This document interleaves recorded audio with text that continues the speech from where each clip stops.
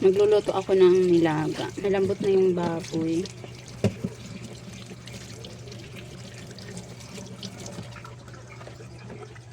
May gulay ulit ako. Dala ng kuya ko. Yan, may kasama tong saging. Ang daming saging. Talbos ng gabi. Dati ako lang yung kumakain nito. Ngayon, favorite na ni Isdi. Favorite niya yung ginigisa nito. Tapos maraming toyo at paminta. Tapos luya. Ang dami. Ayan o, super dami. Kasi sa amin sa palengke, yung mga nabibili ko doon dati. Mga tuyo na, yung nakabilad na, panglaing. Sa bukid. Sanay kami na ganito. Yung fresh talaga yung niluluto namin. Tapos ito, yung favorite ko. Narong-tarong yung tawag sa amin nito. Sabi ng mga chikiting ko, ano daw to, kalabasang maliliit. Ang cute. Yung cute. Tapos, daliri. Tawag nito sa amin ay daliri. Yung puno nito parang puno ng gabi. Tapos ito yung bulaklak niya. Nakakain to. Masarap siya pagka sinasabawan lang namin to, nilalagyan ng maraming luya. Tapos, ang sarap na ng sabaw. Tanim daw to ng kuya ko. Pinitas na yung mga bulaklak. May panggulay na naman ako. Ang sarap nito, parang gusto ko ikip. Nang matagal. Sana dumami pa yung bunga doon sa punong dami kahit isapaw lang to sa sinaing. Tapos yung sausawan asin na may sili, ang sarap na, kaya inihaw. Ang dami. Tapos may saging pang super dami din andito. Ito yung saging, super dami. Dalawang piling na yung iba kasi nagdaganan sa bag. Dalawang piling lang siya, pero bawat piling ang dami kasing pagka ganito na medyo mas nahinog pa. Ang sarap nito ilaga. Parang may asukal siya, super tamis. Mga pasalubong ng kuya ko. Siya rin yung bumili ng ulam namin. Nilalaga ko na yung baboy, pinapalambot ko. Mga pasalubong niya. Thank you so much. May panggulay na naman ako.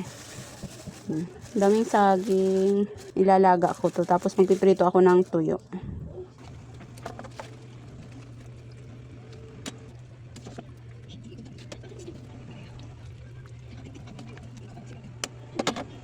Nilagay ko na sa ilalim yung sibuyas, bawang at maraming luya. Tapos yung gabi. Hinugasan ko to. Tapos yung daliri na 3 piraso.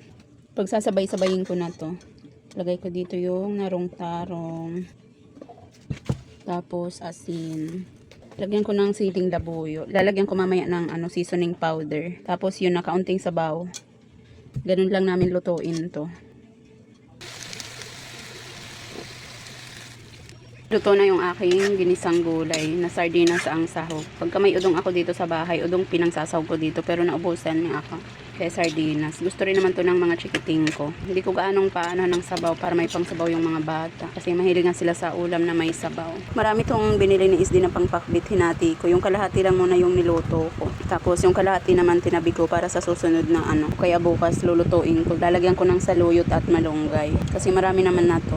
Igigisa ko lang to, tapos lalagyan ko ng maraming luya at toyo. Gusto na Isdi yung ganong pagkakaluto. Hinugasan ko muna to, tapos kasi siya, kaya pinagsama-sama ko na sa isang ganyan para hindi ako mahirapan ay hindi matagalan magtali. Nagisa na ako ng sibuyas, bawang at luya, tapos lalagay ko na to. Ilagyan ko ng sili para kung sakaling makati, kahit na marami naman na yung luyang nilagay ko, maraming luya. Naglagay pa rin ako ng siling labuyo at siling green. Luto na to. Kanina ko pa pinapakulo. Anong hilaw pa? Parang umaapaw siya. Pero nung naluto, ayan, ganyan na lang siya.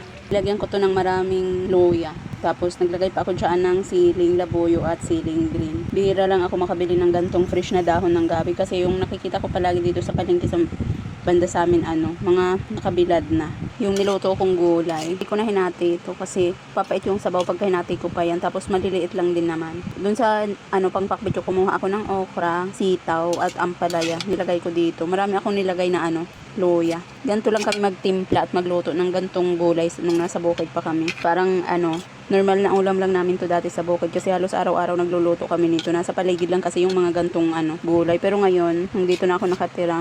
Super special na yung mga gantong gulay kasi wala akong mabili dito, walang tindang gantong mga gulay. Kaya thank you so much sa kuya ko na palagi nagdadala ng mga ganto. Siya lang yung bukod tanging tagadala sa akin ng mga gantong gulay na hindi ko nabibili.